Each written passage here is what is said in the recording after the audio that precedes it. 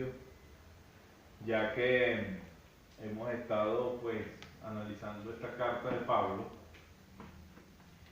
Y 1 Corintios, ¿pero cuál? Capítulo 4, quedamos en el capítulo 4 de esta semana. Y dice de la siguiente manera: así pues, téngannos los hombres por servidores de Cristo y administradores de los misterios de Dios. Es decir, el apóstol Pablo dice: reconozcan esta labor o esta carrera. ¿Por qué? Porque hay que tener en cuenta que los servidores de Dios son personas que trabajan para Dios y deben ser reconocidos. Por eso es que dice Pablo: así pues, téngannos los hombres por servidores de Cristo. Es decir, toda la sociedad debe reconocernos. Y administradores de los misterios de Dios. Ahora bien, dice el apóstol, si requiere o se requiere de los administradores que cada uno sea hallado fiel. O sea, se requiere, es un requisito, que cada uno de los que sirven sea hallado intachable, fiel. Es un requisito para los que van a ser administradores de lo divino, o de la iglesia, o del templo, o como predicadores, o como maestros. Pero recuerden que muchos servidores de Cristo han sido hallados infieles. Muchos. Se han encontrado hombres que han tergiversado la Escritura, hombres que han utilizado el Evangelio para enriquecerse, hombres que han utilizado el Evangelio para incluso cometer actos lascivos, tener actos bochornosos, tener varias mujeres y hacer desastres, incluso manipular la Escritura a su conveniencia. Cuando usted vea ese tipo de personas, aléjese de ellos. Yo siempre le he dicho a la gente: tengan cuidado con los falsos ministros del Evangelio. Personas que han tergiversado la Escritura, y aún eso va en crecimiento. Los que malinterpretan la Escritura, ya esto es como un cáncer, va en crecimiento. Cada vez son más los que apoyan cosas nefastas. En países liberales ya hay pastores que casan homosexuales. En países donde estamos en la nueva era, pleno siglo XXI, libérate, destápate. Ya hay pastores que incluso antes de que la pareja llegue al matrimonio los mandan a tener relaciones sexuales para ver si les gusta, y si les gusta pues se pueden casar. Ya incluso hay pastores que tienen iglesias donde pastorean homosexuales. Y no estamos diciendo que hay que ser homofóbico, porque no estoy hablando de la homofobia. La homofobia es una cosa, y tolerar esa sociedad depravada para que lo inserte como ley en la infancia, en los niños, ya es otra cosa. Ya eso es otra cosa. Pastores que incluso pastorean siendo pareja de otro hombre y tienen iglesia. Mujeres que son pareja de otra mujer y se llaman pastoras y tienen iglesia y dirigen congregaciones. Hombres que han fundado congregaciones donde hay satanismo, donde hay perversión. Y son iglesias muy concurridas. Aquí en Colombia hay una. Tienen mucha gente que le sigue. Y eso es lo que dice Pablo. Es necesario, el requisito, que haya sido fiel desde un principio, que haya tenido una buena educación y que ahora que es ministro, también sea intachable.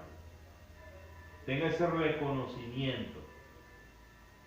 Pero cuán difícil es que existan hombres que se mantengan en la línea del cristianismo real. Eso es muy escaso en este tiempo. Sin embargo, sí los hay. Dice que sea hallado fiel. Dice Pablo, yo en muy poco tengo el ser juzgado. O sea, Pablo dice, yo he sido intachable. Yo en muy poco tengo el ser juzgado por ustedes o por vosotros o por un tribunal humano. O sea, no existe una ley en vida que me juzgue, ni tampoco la iglesia. Y ni aún yo me juzgo a mí mismo. Porque dice que a lo mejor él como persona se ha hecho una introspección, se dice así, ¿no? Un análisis personal, y él dice, pero no tengo algún crimen por el cual yo tenga que ser juzgado. Porque aún de nada tengo mala conciencia, dice Pablo, el siguiente versículo. No tengo un recuerdo en mí que diga, he sido un infiel o he tenido alguna cuestión mala. Fíjense, en la mayoría de los pastores que nosotros conocemos, o evangelistas que nosotros conocemos, o ministros que nosotros conocemos, primero oímos lo que eran y después dicen lo que ahora son. No está mal que haya tenido un pasado oscuro porque Jesús le rescató. Pero fíjense lo contrario cuando alguien dice, pero no tengo pasado, no tengo nada malo en mi vida. Porque aunque nada tengo mala conciencia, no por eso soy justificado, dice Pablo. Pero el que me juzga es el Señor. Así que no juzguéis nada antes de tiempo hasta que venga el Señor, el cual aclarará también lo oculto de las tinieblas. Fíjense bien, a veces hay personas que tienen una cara y nosotros no sabemos, pero tienen una parte oscura que muchas veces no se sabe, pero que sí la tienen, que hay en sus vidas. Y es por eso que Pablo dice que en ese tiempo del Señor Él sacará toda la luz. Lo que yo entiendo ahí es que el hombre no tiene derecho a juzgar, que ya Dios nos juzgó, porque como Pablo, imagínense la vida que llevó ahora, entonces no tenemos derecho nosotros, porque ya Él nos hizo el juicio delante de Él. Claro, pero hay que, fíjese, dice el 3, yo en muy poco tengo el ser juzgado por vosotros o por tribunal humano, ni aún yo me juzgo a mí mismo, porque aún de nada tengo mala conciencia. O sea, él no recuerda que él haya fallado. Él no tiene eso en su cerebro. Lo que Oscar en una oportunidad hace unos días preguntó porque Pablo había matado cristianos. Pero legalmente para el judaísmo eso estaba bien. Sí, porque él tenía su fe en eso, y eso era para eso era que él creía, en eso era que él creía. Y era pero entre todos los judíos y entre todos los fariseos, ¿por qué Dios escogió a Pablo? Porque era intachable. Cumplía. ¿Por qué Jesús lo escoge? Porque era intachable. Es decir, los demás judíos, fariseos, eran falsos fariseos. Porque el fariseísmo no es que sea malo, porque hay personas que dicen, tú eres un fariseo, y utilizan la palabra fariseo para ofender. Pero el fariseísmo no era malo. Ser fariseo era un honor, porque era un maestro de la Torá. Tenía que guardar la ley y era un rabino.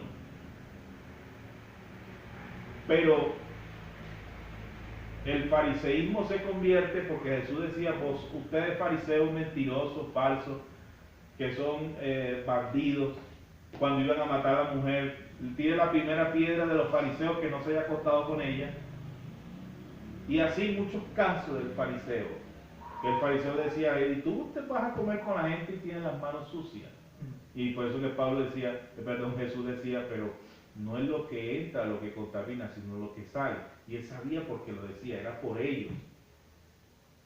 Y Jesús sabía que ellos estaban buscándole la falla a él para acusarle, para poder atraparlo. Fíjense, yo leía un texto hace unos días en Facebook que decía, hoy día los pastores enseñan a diezmar, pero ya la ley pasó y no se debe diezmar. Jesús no lo hizo, falló el que escribió eso. ¿Por qué? Porque Jesús cumplió la ley y Jesús diezmó, cumplió hasta el final con el diezmo. Lo dice Lucas en su evangelio. Cuando lo del peso. Eso es una muestra. Y en Lucas 18:42, si mal no me equivoco, dice, es necesario que ustedes los fariseos, que aunque diezman la menta y diezman el eneldo y dan diezmos buenos, también es necesario hacer obras buenas. Es decir, no deje de diezmar, dice Jesús, pero tampoco deje el amor, la caridad al prójimo. Lo del PES fue otra cosa, fue para Lo del pagar PES los fue impuestos. Imagínense ustedes que en este tiempo tengamos que pagar impuestos por mantenimiento de nuestros templos. Si a los hermanos les cuesta diezmar y les cuesta ofrendar, imagínense un impuesto por el templo. Pagar un impuesto. Es decir, Carmen, tú vas a pagar por entrar a la iglesia 10,000 pesos mensuales. No, Jesús lo pagaba. Ay, se verá que se acaba la iglesia. Imagínate, se acaba la iglesia, se termina, porque es una cosa diferente. Es decir, impuesto por el mantenimiento del templo. ¿Y cómo se iba a mantener el templo? El templo tenía, en la época de Jesús, gente que limpiaba, gente que atendía el lavadero de los pies. Porque la gente al entrar al templo tenía que lavarse los pies. Había gente que se secaba los pies. Y todo eso merecía pago. Imagínense ustedes esos megatemplos de ahora. Hay iglesias muy grandes, por lo menos donde visitamos, el pastor, ¿cómo que se llama? Donde estuvo José Ordóñez. La iglesia Casa sobre la Roca aquí en Colombia. Eso se tiene que mantener, eso amerita dinero. Y la gente piensa que eso, no, todo el mundo lleva plata, pero ¿cómo sostienes tú un templo, una estructura como esa? ¿Cómo le pagas a los músicos? ¿Cómo le pagas a los hermanos que limpian, a los ujieres, al diácono? Todo eso amerita dinero. En la época de Jesús, no solamente el judío iba al templo, sino personas de todas partes que rodeaban Israel y que se habían convertido al judaísmo, porque extranjeros se habían convertido al judaísmo. Entonces, Pablo asegura que él no tiene nada por qué ser juzgado, era llamado un extraordinario judío y fariseo, Dios lo llama por su fidelidad y se le presenta, es el único apóstol quien ve a Jesús en gloria, el único, porque de resto no hay un escrito donde lo hayan visto de otra manera. Él se presentó a los 12, pero en un cuerpo no reflejaba gloria porque no había subido. Él se le presenta a Pablo ya después que había estado en gloria. O sea, se irradió de tanto poder y de tanta gloria que se le presentó a Pablo y Pablo quedó ciego. Imagínense ustedes ver a alguien de esa magnitud y quedar ciego. Entonces dice, verso 6, por esto, hermano, no le he presentado como ejemplo en mí, lo he presentado como ejemplo en mí, o sea, él dice que él es un ejemplo, y en Apolos, por amor de vosotros, para que nosotros aprendáis, no pensar más de lo que está escrito, no sea que por causa de uno os envanezcáis unos contra otros.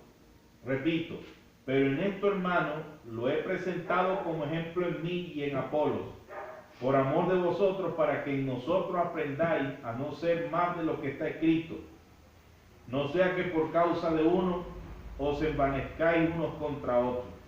Es decir, hemos conocido gente que ha inventado más de lo que está escrito.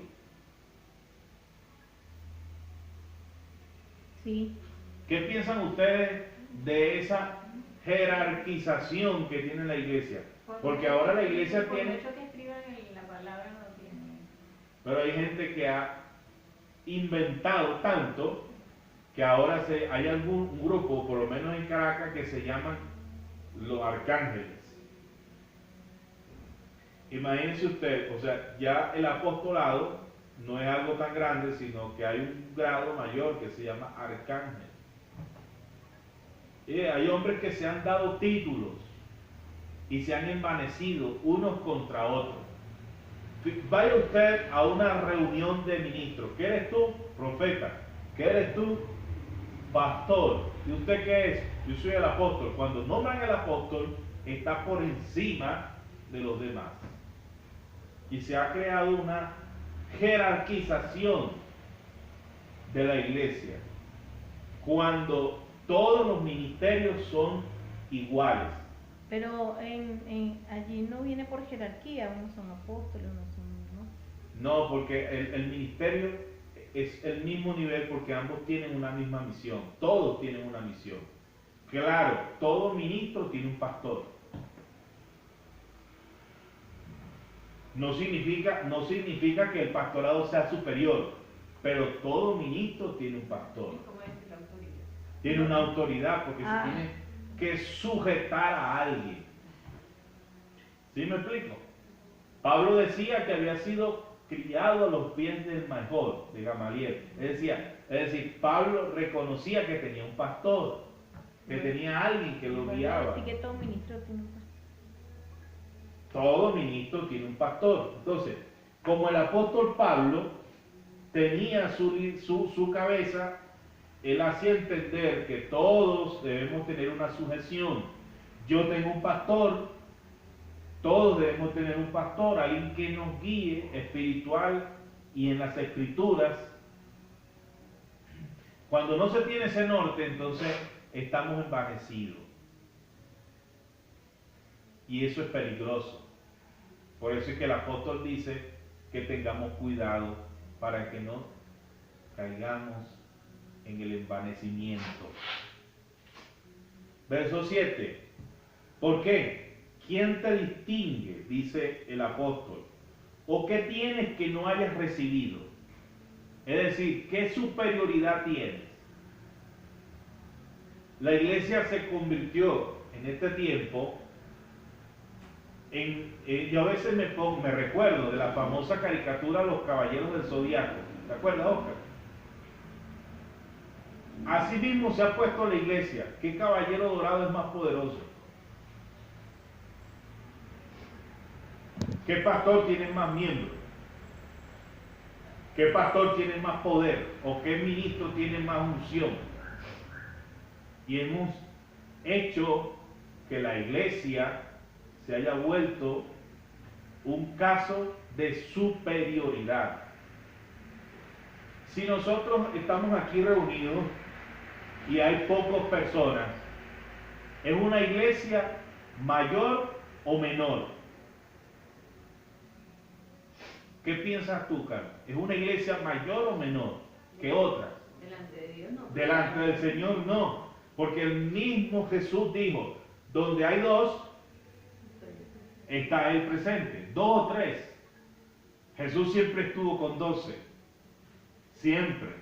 Hubo casos donde habían 5,000, 3,000, pero la mayoría de las veces habían 12. De hecho, Cuando por se eso- congregaban en las casas. Ajá, eso iba a decir. De hecho, él defiende tanto a la familia, porque cada familia Tiene su derecho a congregarse, a hacer culto como estamos haciendo nosotros ahora. Entonces, no puede ser esta congregación mayor que la iglesia grande o la iglesia grande mayor que esta. Es un grave error. Y ha ocurrido tanto eso, que hay ministros y organizaciones que han utilizado el nivel de cuántos miembros tienes para nombrarte, bien sea pastor, apóstol o algo superior, porque hay apóstoles de apóstoles y hay jerarquías que ha utilizado la iglesia que no están escritas, y eso es muy peligroso. En este tiempo es muy peligroso y sigue siendo peligroso, y por eso yo insto a todos los hermanos y las iglesias que lo que no está escrito, no está palpable en la obra, en la palabra del Señor, aléjese de eso.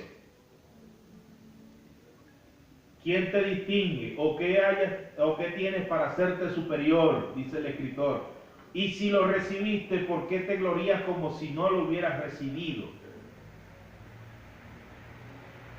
Es decir, incluso hasta por los bienes. El pastor tiene un megatemplo o el pastor tiene una super camioneta, es un hombre bendecido. ¿Qué diferencia tiene el pastor de ciudad al pastor de campo? Delante de Dios no tiene Ninguna, porque hay pastores de campo que yo he conocido que andan en caballos, que se han montado en burro para llegar al templo. Como el pastor que tiene una super camioneta y tiene un mega templo, y el que está en el campo tiene una choza y ahí dirige gente. Pero Dios a ambos los llamó, los rescató, los perdonó y los hizo pastores. Ambos ministros delante de Dios tienen la misma carga, solamente que uno es de ciudad y ha sido prosperado económicamente y el otro es de pueblo o de campo, pero ambos son iguales. Lo que pasa es que el ser humano se guía por la vista carnal, y eso es lo grave de nosotros, que vemos a Oscar, el apóstol Oscar, pero el apóstol Oscar salió y no se montó en carro, agarró un taxi. Entonces el tipo no es apóstol. El tipo no es pastor porque, no sé, yo lo veo como que en franela, lo veo sencillo. Pero si ves a la persona, a Oscar por lo menos, fíjate la imagen que tiene Oscar ahorita, tiene una franela, un jean, anda sencillo. Le dice que es pastor, la gente muy poco cree eso, porque está vestido de una manera coloquial.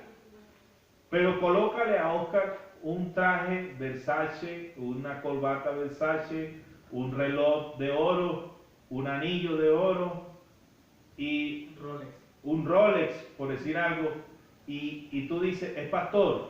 Sí, es pastor, se le nota, es apóstol, porque sus bienes lo hacen parecer que sí es sacerdote.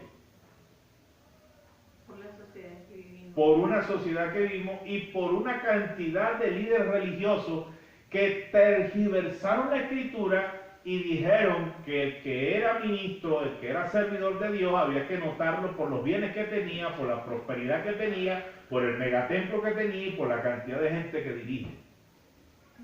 Y uno cuando predica tiene que tener cuidado, porque siempre la gente te va a idolatrar a ti como líder, pero hay un detalle, ¿verdad? Cuando prediquemos debemos decir, tu mirada debe estar fija en Dios mismo. Tu mirada. Y eso lo ha dicho, yo siempre cuando escucho por lo menos al hermano Rasky, que siempre dice, no me miren a mí, vean a Jesucristo. Yo no soy Dios, yo no perdono pecado. El que perdona pecado es Cristo y el que salva es Cristo. Y eso está bien. Pero hay una cantidad inmensa de líderes religiosos que han hecho que la gente los ame a ellos y los siga a ellos. Y es allí donde está el golpe fatal de la perdición. Y la gente termina más amando al líder religioso y siguiendo al líder religioso antes que al Señor. Porque ustedes ven ahorita ministros que se quitan los zapatos y le pegan a la gente.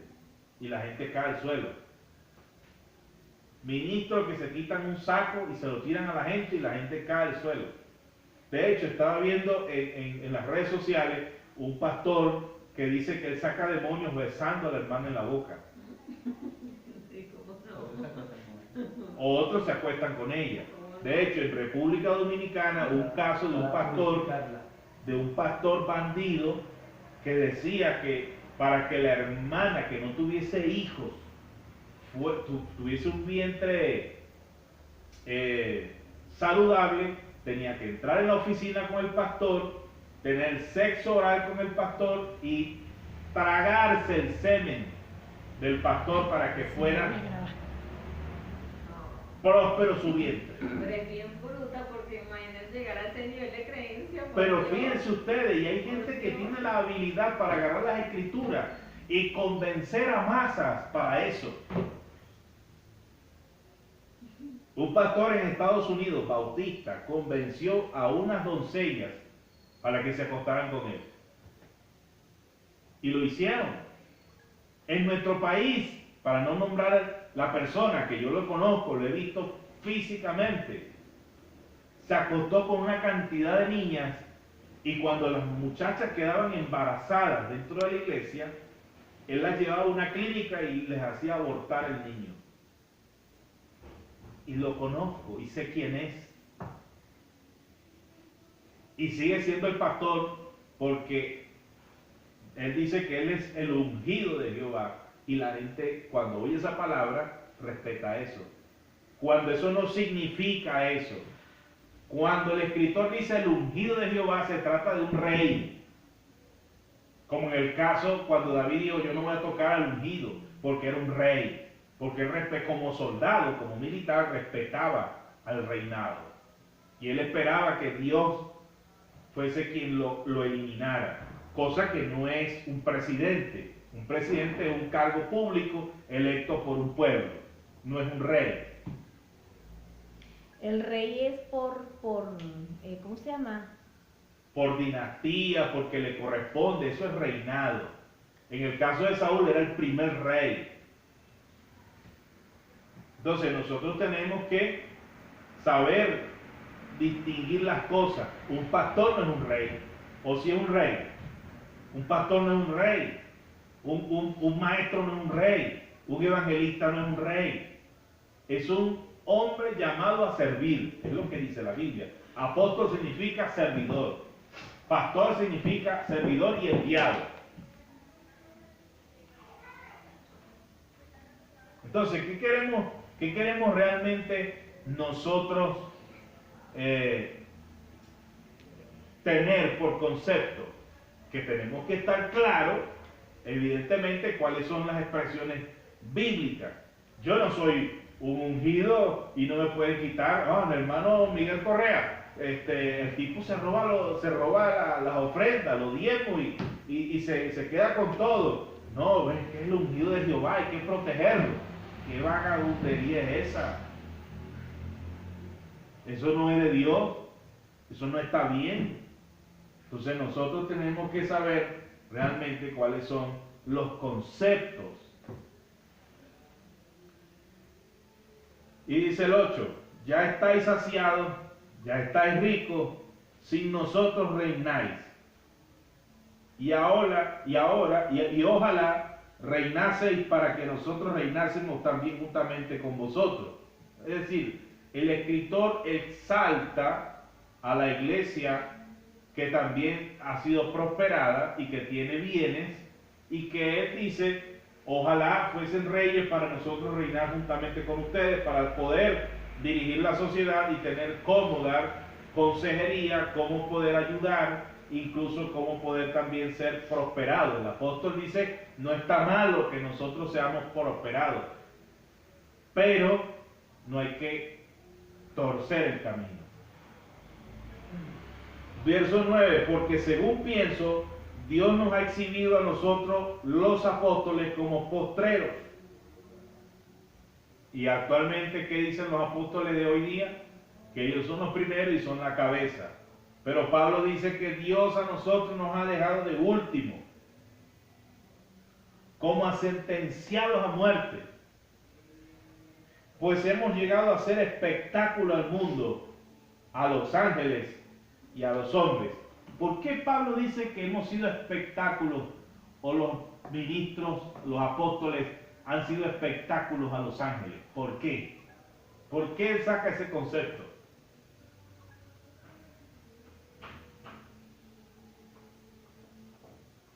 ¿Qué piensas tú, Oscar? Espectáculo a los ángeles. ¿Por qué? Si realmente los ángeles son aliados nuestros. Imagínate un ángel mirándote y esperando ver cuál es tu respuesta cuando te dicen, ¿reconoces a Jesús como Señor y Salvador? Y tienes la espada montada en el cuello. En este entonces, y todavía matan cristianos, porque hay partes en el mundo donde no se reconoce el cristianismo y asesinan a la gente. Es decir, los ángeles siempre están esperando cuál es tu acción.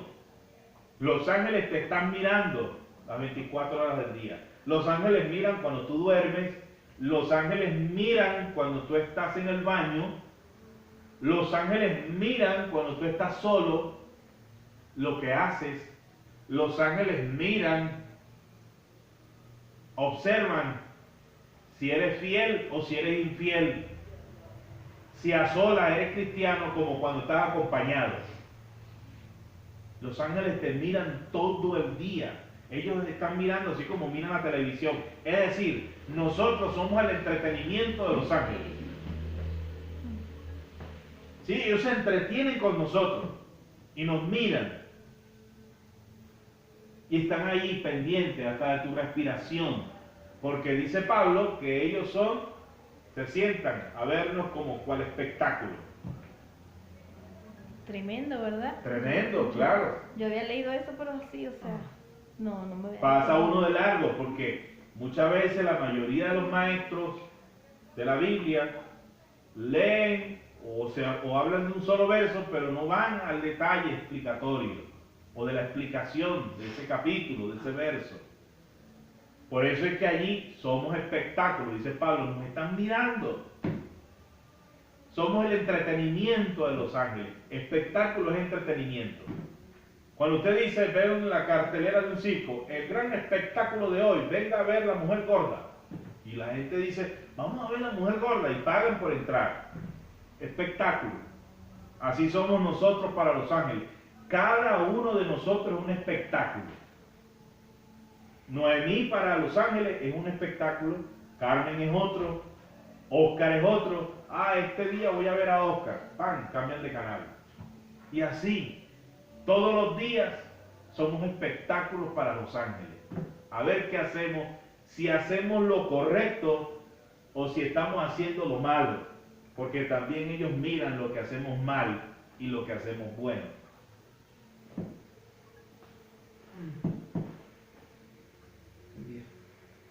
Nosotros somos insensatos por amor de Cristo, mas vosotros prudentes en Cristo. Nosotros débiles, mas vosotros fuertes. Vosotros honorables, mas nosotros despreciados. ¿Ha oído usted alguna vez algún ministro del Señor decir que él es débil y la iglesia es fuerte?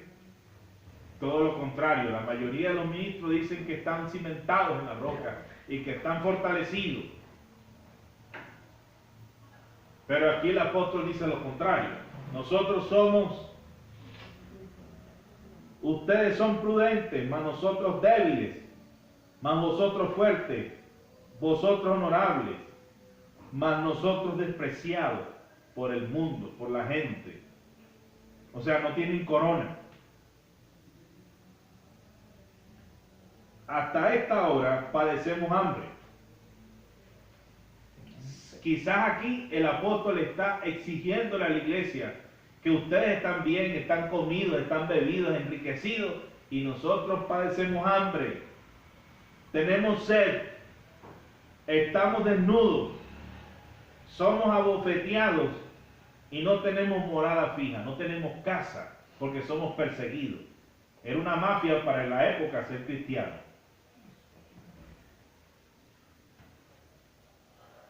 Imagínate eso, Noemí, un pastor desnudo. Hoy día, un pastor no puede estar desnudo, siempre entra en traje, ¿verdad que sí? Siempre está bien vestido, bien comido.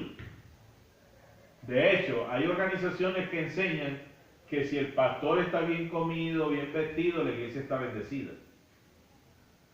Pero es un grave error. Obviamente la iglesia tiene que pagarle al pastor por su trabajo, porque es una ordenanza.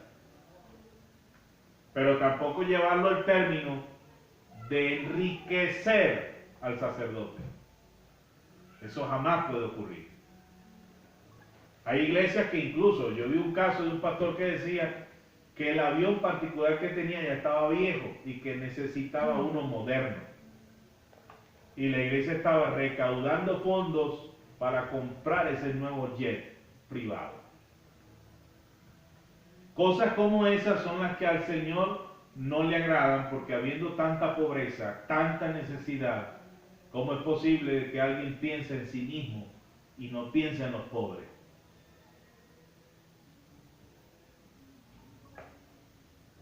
Estamos desnudos, somos abofeteados y no tenemos morada fija.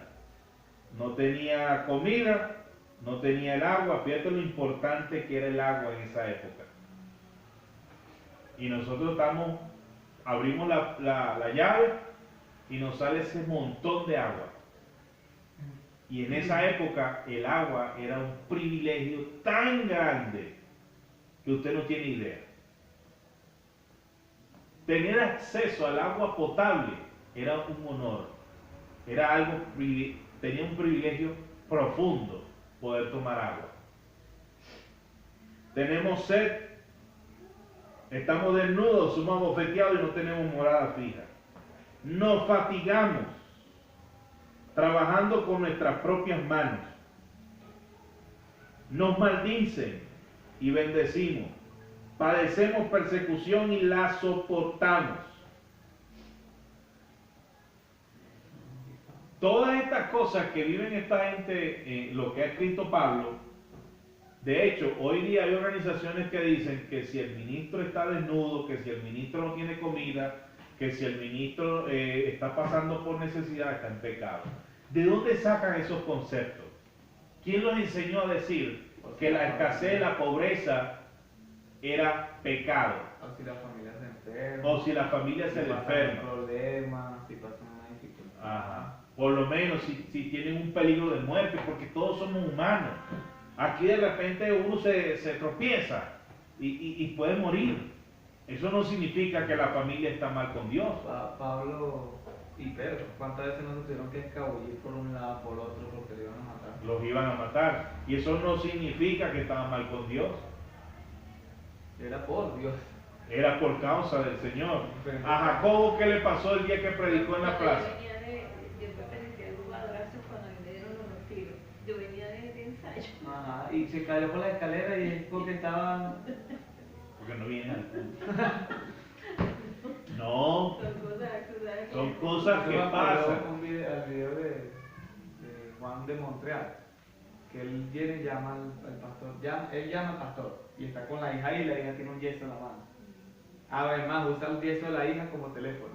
Él le agarra la mano y dice, pastor, que no voy a poder ir porque, bueno, tendrán de la niña se cayó, se rompió el brazo, ¿verdad?